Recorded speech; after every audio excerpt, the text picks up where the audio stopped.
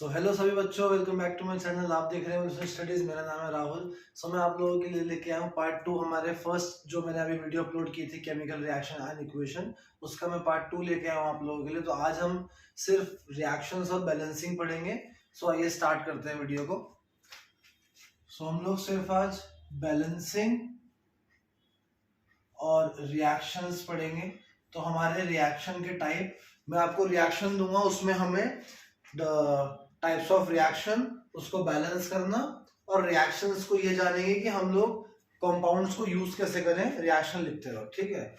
मैं कुछ रिएक्शन लिखता हूं, उससे स्टार्ट करेंगे। जैसे मैग्नीशियम ऑक्साइड फॉर्म होता है मैग्नीशियम प्लस ऑक्सीजन से। काफी सारे स्टूडेंट्स को ना इसके अंदर जो प्रॉब्लम होती है वो 9th क्लास की प्रॉब्लम होती है कि उन लोगों को केमिकल कंपाउंड्स बनाने नहीं आते, उनको आयंस याद नहीं है। तो अगर आप केमिकल कंपाउंड बनाने आ गए अगर आपको, तो आप 70% रिएक्शंस तो आराम से कर सकते हो। तो देखो, काफी सब लोग इसमें ये भी गलती करते हैं कि मैग्नीशियम ऑक्साइड जब वो लिखते हैं तो Mg+O2 तो ज्यादातर लोगों को याद रहता है, बट जब वो कंपाउंड इसको बनाते ऐड करके तो वो यहाँ पे MgO2 कर देंगे। बट ऐसा नहीं है, हम लोग रिएक्शन इस बेसिस पे नहीं लिखते हैं। हम लोग रिएक्शन इस बेसिस पे लिखते हैं कि मैग्नीशियम और ऑक्सीजन को रिएक्ट करके मैग्नीशियम ऑक्साइड बनता है। इररिस्पेक्टिव कि मैग्नीशियम और ऑक्सीजन और मैग्नीशियम ऑक्साइड का फॉर्मूला क्या है। तो अगर हम इसको वर्ड फॉर्म में पहले देखें तो वर्ड फॉर्म में ये बोलता है magnesium plus oxygen gives you magnesium oxide. अब जिन लोगों को ये पता है तो वो देखेंगे मैग्नीशियम Mg होता है, और ऑक्सीजन क्योंकि एटमॉस्फेयर में O2 के फॉर्म में एग्जिस्ट करता है तो मैं O2 ही लिखूंगा, मैं Mg+O नहीं लिख सकता। ये मैं नहीं लिख सकता, मुझे Mg+O2 ही लिखना होगा। और मैग्नीशियम ऑक्साइड का जो फॉर्मूला एक्चुअल में एग्जिस्ट करता है with the help of ionic bonding, या जो हमने 9th में केमिकल फॉर्मूला मेकिंग करा है, उस केमिकल फॉर्मूले से जो एक्चुअल में केमिकल फॉर्मूला एग्जिस्ट करेगा मुझे वो ही लिखना पड़ेगा। ऐसा नहीं है कि बस जो मैंने दो रिएक्टेंट लिए उनको जोड़ के लिख दूंगा, ऐसा नहीं है। Same with hydrogen and oxygen भी होता है। देखो, हाइड्रोजन एंड ऑक्सीजन दोनों ही डायटोमिक गैस है, तो मैंने दोनों को डायटोमिक फॉर्म में लिखा। और वाटर का मॉलिक्यूल क्योंकि H2O ही होता है, मैंने H2 और O2 को कंबाइन करके नहीं लिखा, ये नहीं होगा। तो वाटर का अपना फॉर्मूला जो H2O है उसी को लिखूंगा। एक और देखो, चलो, nitrogen plus hydrogen gives you ammonia. अब अमोनिया का फॉर्मूला NH3 है तो NH3 ही लिखूंगा। काफी लोग इसमें बोलेंगे N2 और H2 लिख दो, भाई इनको ऐड कर दो। ऐसे नहीं होगा, ठीक है, क्योंकि आपने 9th में ये चीजें पढ़ी हैं कि दो एटम या दो कंपाउंड या दो एलिमेंट कोई भी आपस में रिएक्ट करते हैं तो फिक्स्ड होल नंबर रेशियो में रिएक्ट करते हैं। पहली चीज तो ये है। और दूसरी चीज, वो फिक्स्ड मास में रिएक्ट करते हैं, फिक्स्ड प्रोपोर्शन बाय मास से रिएक्ट करते हैं। तो वो सारी चीजें आपको ध्यान में रख के ही रिएक्शंस को आगे पढ़नी है। अब आप बोलोगे फिर यार ये तो नाइट्रोजन N2 है, यहाँ पे N है, तो इसका कैसे प्रॉब्लम सॉल्व करोगे। तो उसके लिए हमें बैलेंसिंग सीखनी है, उसके लिए हमें बैलेंसिंग सीखनी है। क्योंकि अगर आप एक देखो, सपोज करो मैग्नीशियम का एटॉमिक मास 24 ग्राम है, सपोज, क्योंकि होता है उसका एटॉमिक मास 9th में करा है। और O2 का है 32, बिकॉज एक ऑक्सीजन का होता है 32। और मैग्नीशियम ऑक्साइड का अगर मैं वैसे लिखूं तो 24 + 16 40 आ रहा है तो। बट लेकिन मैं इन दोनों को ऐड करूंगा तो कितना आ रहा है, ये 56। तो ये 56 ग्राम है और ये 40 ग्राम है। और आपने law of conservation of mass किया हुआ है पहले कि mass neither be created nor be destroyed in a chemical reaction.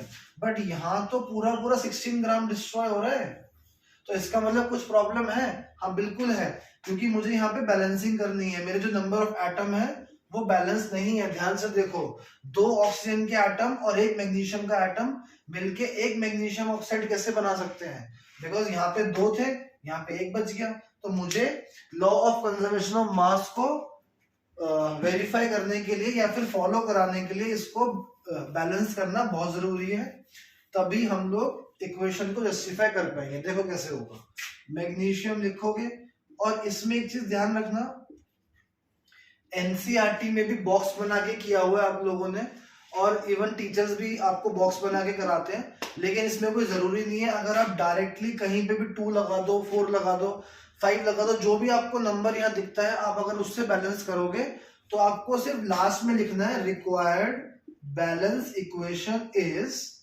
जो इक्वेशन आप लिखोगे वो खत्म। कोई भी टीचर ये नहीं बोलता कि मुझे करके दिखाओ यहाँ 2 क्यों लिखा, यहाँ पे 3 क्यों लिखा, नहीं, वो आपका अपना दिमाग है, हिट एंड ट्रायल है, आप कैसे भी कर सकते हो, बस लास्ट में required balance equation is this, खत्म। अब देखो करना कैसे है, करना कैसे है देखो। सबसे पहले हम देखते हैं मेटल, क्या आपका मेटल बैलेंस है, मैग्नीशियम 1 है, यहाँ भी मैग्नीशियम 1 है, तो आपका मैग्नीशियम तो बैलेंस है, इसमें और कुछ बचा नहीं, ऑक्सीजन ही बचा है। देखो यहाँ पे ऑक्सीजन 2 है, यहाँ पे ऑक्सीजन 1 है, यहाँ पे ऑक्सीजन 2, यहाँ पे 1। अब मेरे पास कोई ऑप्शन नहीं बचा, मेरे को इस तरफ 2 से मल्टीप्लाई करना ही पड़ेगा, सो दैट ये मैग्नीशियम ऑक्साइड के 2 मॉलिक्यूल बन गए, और ये 2 हमारा पूरा मैग्नीशियम ऑक्सीजन दोनों से मल्टीप्लाई हो गए, ये ध्यान रखना।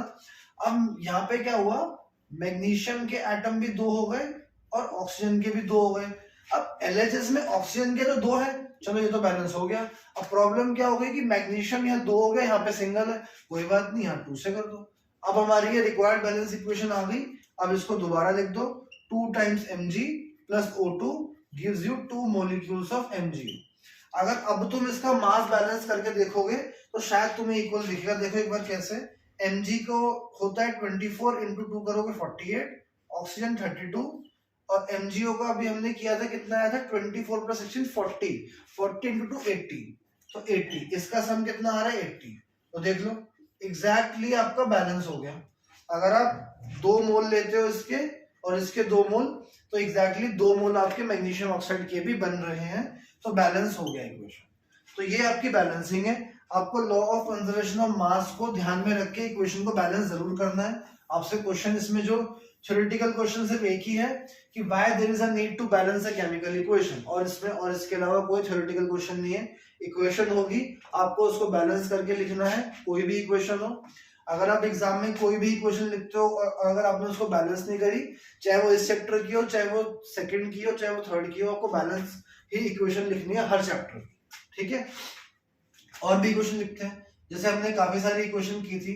FeSO4 को हीट डाउन करा तो Fe2O3 plus SO2 plus SO3, ये हमारी कुछ इक्वेशन है, इनको बैलेंस करना है। तो बैलेंस करने का तरीका वही है, सबसे पहले देखो आयरन बैलेंस है, नहीं, यहाँ तो सबसे पहले आपका आयरन ही बैलेंस नहीं है, तो आयरन को बैलेंस कर दो, यहाँ 2 से मल्टीप्लाई कर दो। देखो इसको ना जब तक आप करोगे नहीं, देखो अगर आप यहाँ पे आप 2 नहीं लगाओगे, आप सोचते रहोगे, अपने मन में सोचोगे कि यार 2 लगाऊं ना लगाऊं, जो आपको लग रहा है पहले उसको लगा दो। 2 अगर आपको लगता है तो 2 लगा दो, उसके बाद आप बाकी को भी आप एक बार कैलकुलेट करके देखो कि बाकी नंबर ऑफ एटम इक्वल हुए हैं। तो जब तक आप ये 2 लिखोगे नहीं, 3 लिखोगे नहीं, आपको आएगा नहीं।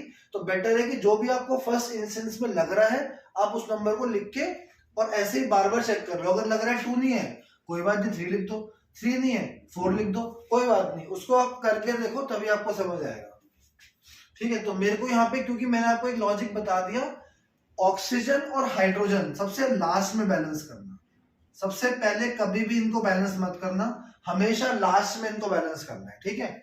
अगर ऐसे करोगे तो मोस्ट प्रोबेबली आपको 70-80% इक्वेशन में आपको प्रॉब्लम नहीं आएगी। और सबसे ज्यादा प्रॉब्लम डिकम्पोजिशन रिएक्शन को बैलेंस करने में होती है।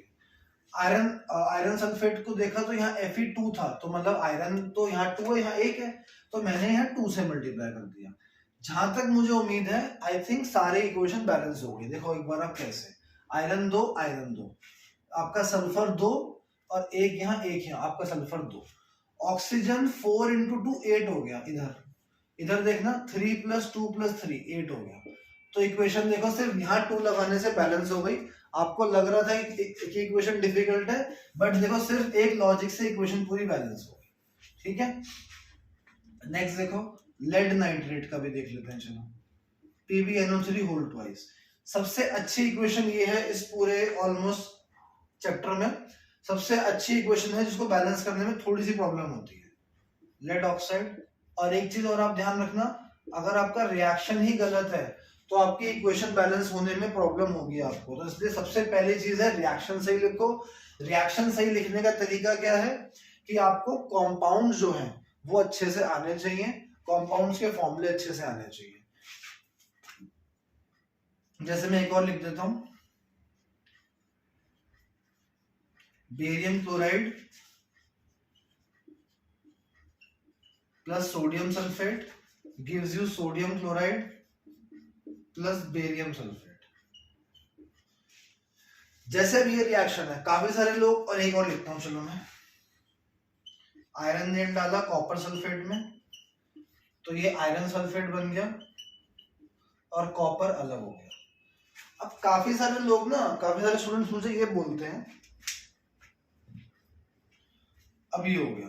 तो देखो काफी सारे स्टूडेंट्स ना इसमें ये बोलते हैं कि सर आपने यहाँ पे तो आयरन को हटा के सीधा सीधा सिर्फ कॉपर को हटा के स्ट्रेट अवे आयरन लिख दिया। अभी आप बोल रहे थे कि सर ऐसे नहीं होता, एग्जैक्टली आपको ब्रेक डाउन करके लिखना नहीं होता, ये नहीं है कि इसको हटाया और उसको इसकी जगह लिख दिया। अभी तो आपने बोला ऐसे नहीं करना कि इसको हटा के इसको लगा के आपने लिख दिया, और अभी आपने वही कर दिया। देखो मैंने ऐसा कुछ नहीं करा, मैंने ऐसा यहाँ पे कुछ भी नहीं करा, उसका रीजन मैं तुम्हें अभी दूंगा। मैंने जो फॉर्मूला एक्चुअल में रिएक्शन हो रहा है मैंने वही लिखा है। आयरन को कॉपर सल्फेट में डालने से आयरन सल्फेट बनता है प्लस कॉपर अलग हो जाता है। मेरे को ये रिएक्शन पता है, मैंने सिर्फ इसको फॉर्मूले में अरेंज करा। क्यों? क्योंकि कॉपर सल्फेट का फॉर्मूला जब आप खुद से देखोगे ना तो CuSO4 ही होता है। मैंने कुछ जान के या मैंने कुछ जबरदस्ती नहीं लिखा। आयरन सल्फेट का फॉर्मूला भी यही होता है, देख लो। तो आयरन सल्फेट में भी FeSO4 ही आता है। मैंने कुछ समझ के नहीं लिखा, ये बस ये था कि कॉपर और आयरन दोनों की वैलेंसी +2 है तो दोनों का सल्फेट का फॉर्मूला सेम बनेगा। जैसे मैग्नीशियम सल्फेट का और कॉपर सल्फेट का फॉर्मूला भी सेम है, जैसे MgSO4 है और कॉपर सल्फेट भी CuSO4 है, कैल्शियम सल्फेट भी CaSO4 है, ऐसे ही लेड सल्फेट भी PbSO4 है। तो जिनकी भी वैलेंसी +2 है उनके सल्फेट सब ऐसे ही बनते हैं। तो ये आप ध्यान रखना कि रिएक्शन के हिसाब से आप उसके कंपाउंड्स के नाम लिखोगे। जबरदस्ती किसी दो कंपाउंड्स को या दो एलिमेंट्स को मिलाने की जरूरत नहीं है, जो एक्चुअल में एग्जिस्ट करता है वही लिखूंगा। जैसे मैंने डबल डिस्प्लेसमेंट रिएक्शन में पढ़ा था कि बेरियम क्लोराइड और सोडियम सल्फेट, तो यहाँ पे एक्सचेंज ऑफ आयन होगा। एक्सचेंज ऑफ आयन का मतलब ये है कि सोडियम बनेगा क्लोरीन के पास। तो यहाँ पे देखो ध्यान से Na2 है और यहाँ Cl2 है, तो मैंने Na2Cl2 तो लिखा नहीं क्योंकि Na2Cl2 कुछ होता ही नहीं है। हमें पता है सोडियम क्लोराइड तो NaCl है। तो मैंने ये देखा कि सोडियम एंड क्लोराइन आपस में जाएगा तो सोडियम क्लोराइड बनेगा, और बेरियम और सल्फेट आपस में जाएगा। तो मैंने बेरियम सल्फेट का जो एक्चुअल फॉर्मूला था वो ही लिखा है, Ba2+ और SO4 2-, तो ये बन गया BaSO4। तो मैंने एक्चुअल में जो फॉर्मूले हैं वो लिखे हैं, ना कि जबरदस्ती फॉर्मूले को बनाया है। ठीक है, ये आपको ध्यान रखना है। बाकी मैं और अभी कराऊंगा, पहले मैं थोड़ा इसके अंदर बैलेंसिंग भी डाल देता हूँ। चलो इसको बैलेंस करते हैं। ध्यान से देखो, लेड आपका यहाँ सिंगल है, यहाँ भी लेड आपका सिंगल है, तो आपका लेड तो बैलेंस है इसके अंदर। नाइट्रोजन देखोगे अगर आप, तो नाइट्रोजन ×2 है, यहाँ नाइट्रोजन 1 से मल्टीप्लाई है, मतलब 2 नहीं है। तो चलो तो एक बार देख लेते हैं 2 से मल्टीप्लाई करके, पहला स्टेप 2 से कर लेते हैं। अब यहाँ पे 4 हो गए नाइट्रोजन, यहाँ पे नाइट्रोजन अभी भी 2 ही है, तो प्रॉब्लम अभी भी आ रही है। यहाँ पे नाइट्रोजन 2 है अभी भी, यहाँ पे भी 2 हो गए, चलो नहीं 4 नहीं, यहाँ पे भी 2 हो गए और यहाँ पे भी 2 हो गए। ठीक है, ऑक्सीजन देखो एक बार, ऑक्सीजन 4, 2 और 1 यहाँ पे, मतलब यहाँ पे 7 ऑक्सीजन हो गई है, और यहाँ देखोगे तो 6 है। अब प्रॉब्लम आ गई, यहाँ पे ऑक्सीजन 6 है और यहाँ पे 7 है। तो देखो थोड़ा सा तुम जब रिएक्शन लिखोगे ना सब लोग, तो इसमें तुम थोड़ा सा लॉजिक लगाओगे अपना मैथ्स का, थोड़ा सा तो क्लियर हो जाएगा। मेरे को एक बात बताओ, यहाँ पे ऑक्सीजन 3 × 2 है ऑलरेडी, मतलब 6 ऑक्सीजन ऑलरेडी है, पहले से है 6। अब 6 का मैं कोई भी मल्टीपल करूं ना, अगर मैं 6 को 2 से कर दूं, कोई भी मल्टीपल कर दूं तो इवन नंबर आएगा, ये बात तो श्योर है।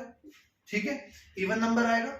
लेकिन यहाँ पे मुझे एक बात बताओ, ये जो अकेली ऑक्सीजन है ये हमेशा नंबर ऑफ ऑक्सीजन को ऑड बना देगी, चाहे मैं यहाँ पे 2 से कर दूं या यहाँ पे 4 से कर दूं।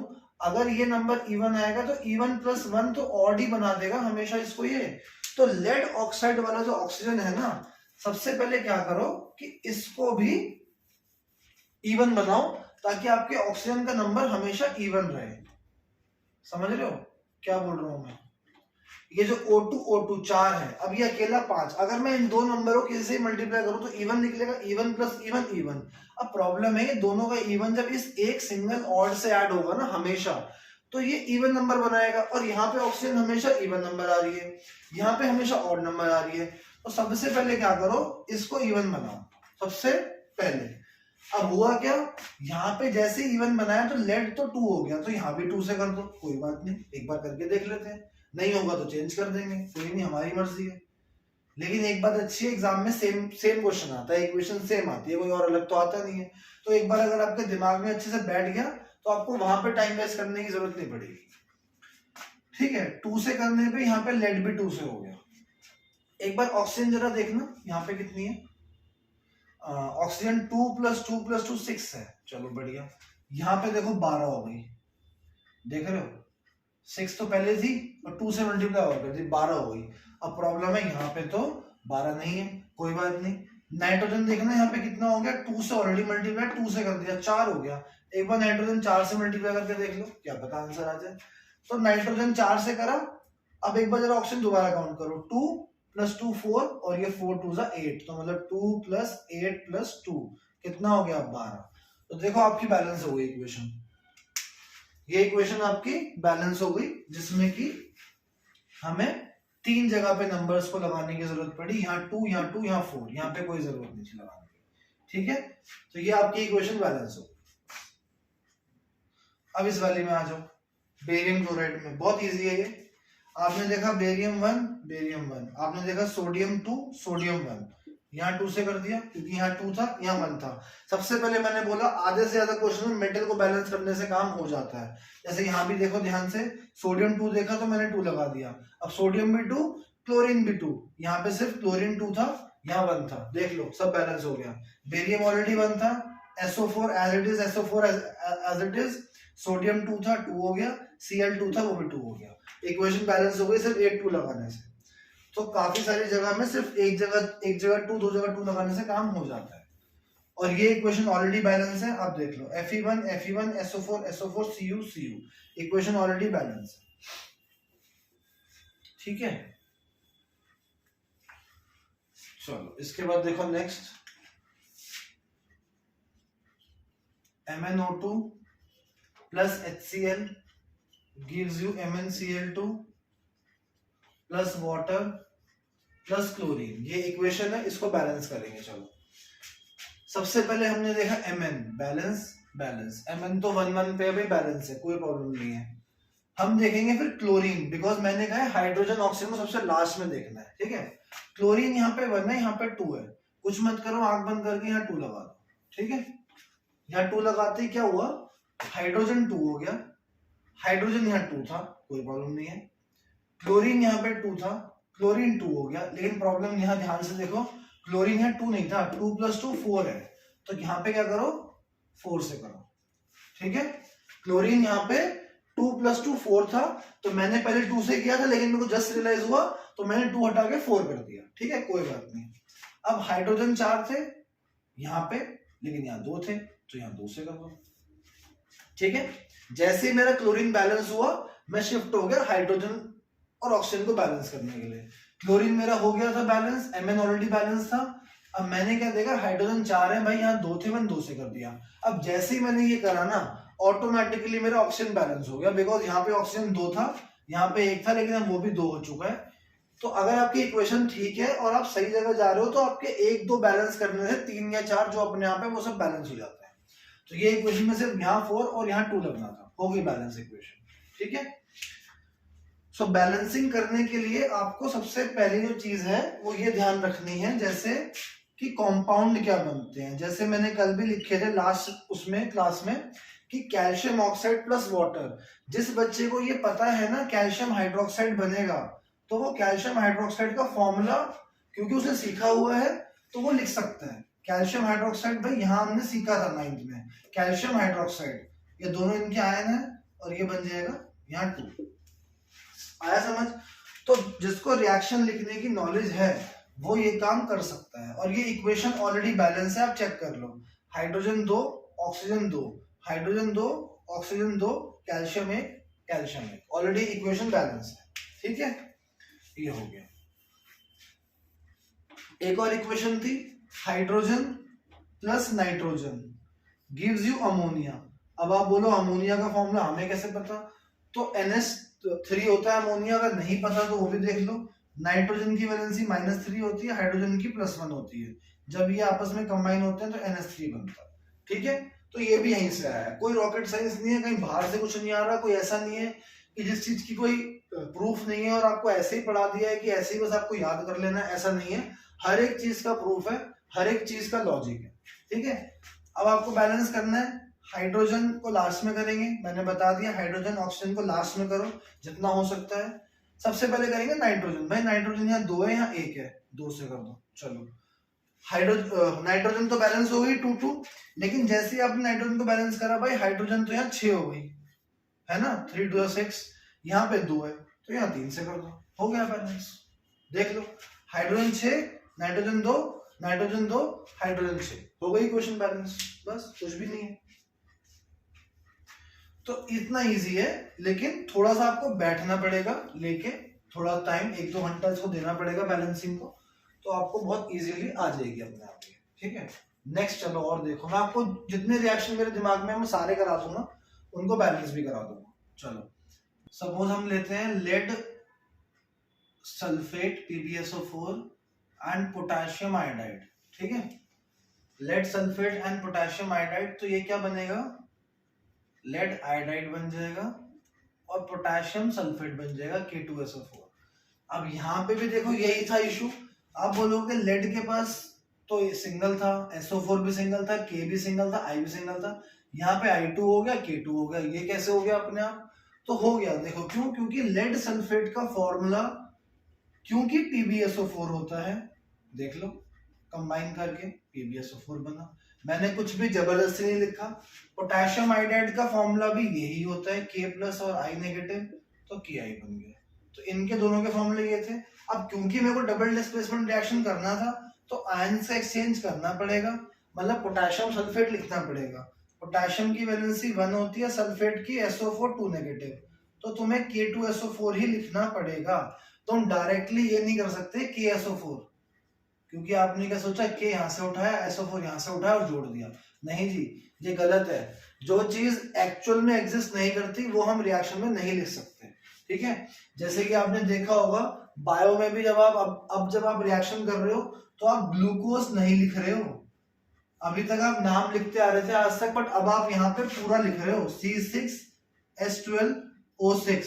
ठीक है, क्योंकि एक्चुअल में ग्लूकोज का फॉर्मूला यही है। वो चाहते तो आपको कुछ भी लिखा सकते थे इसकी जगह पे, लेकिन जो एक्चुअल फॉर्मूला है वही लिखा जा रहा है। आज तक आप लोग ग्लूकोज लिख रहे थे, कहीं पे आप लोग कार्बोहाइड्रेट लिख रहे थे, कहीं पे आप लोग स्टार्च लिख रहे थे, कहीं पे आप लोग फूड लिख रहे थे, है ना, आज तक ये चल रहा था। लेकिन अब आप एक्चुअल में उसका फॉर्मूला जो है वही लिख रहे हो। तो यहाँ भी मैं वही कर रहा हूँ, जो एक्चुअल फॉर्मूला है वही लिख रहा हूँ। सिमिलरली लेड आयोडाइड, तो भाई लेड का फॉर्मूला Pb2+ है और आयोडीन है I नेगेटिव, तो ये बाय डिफॉल्ट PbI2 बन रहा है। जो एक्चुअल में चीज है वही लिखना है। तो पहले आप ये फॉर्मूला बनाने का प्रैक्टिस करो अच्छे से, रिएक्शन सही लिखोगे उसके बाद ही बैलेंसिंग कर पाओगे, ये ध्यान रखना। जिसको रिएक्शन गलत लिख रहा है जो, उसका बैलेंसिंग का कोई रोल ही नहीं है, उसको बैलेंसिंग करने का कोई फायदा नहीं है, बिकॉज इक्वेशन ही गलत है, तो आपको बैलेंसिंग के मार्क्स नहीं मिलेंगे। अब इसको बैलेंस करने का तरीका क्या बताया मैंने? सबसे पहले आप देखोगे मेटल को, लेड को देखो और पोटेशियम को देखो। लेड तो चलो ठीक है बैलेंस है, बट यहाँ तो K2 है, यहाँ 2 से कर दो, और आई थिंक इस 2 को लगाने से इक्वेशन बैलेंस हो गई सारी। चेक करो, पोटेशियम 2 हो गया, 2 हो गया, आयोडीन 2 यहाँ से हो गया, अब यहाँ भी 2 था ऑलरेडी।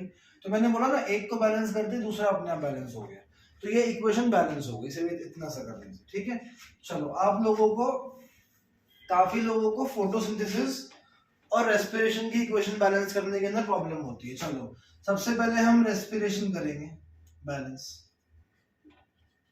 रेस्पिरेशन में क्या होता है, ग्लूकोज का मॉलिक्यूल ब्रेकडाउन होता है with the help of oxygen to form carbon dioxide, water and energy. Energy को बैलेंस करने की तो कोई जरूरत नहीं है, तो लॉजिकली हमें CO2 और वाटर मॉलिक्यूल को बैलेंस करना है। हमने देखा यहाँ पे कार्बन 6 है, यहाँ पे 1 है, 6 से कर दो, ठीक है। हमने देखा हाइड्रोजन यहाँ पे 12 है, यहाँ पे भी 6 से कर दो। अब एक बार ऑक्सीजन चेक कर लो, क्या पता बैलेंस हो गई हो, नहीं हुई तो यहाँ बैलेंस कर दिए, कोई प्रॉब्लम नहीं है।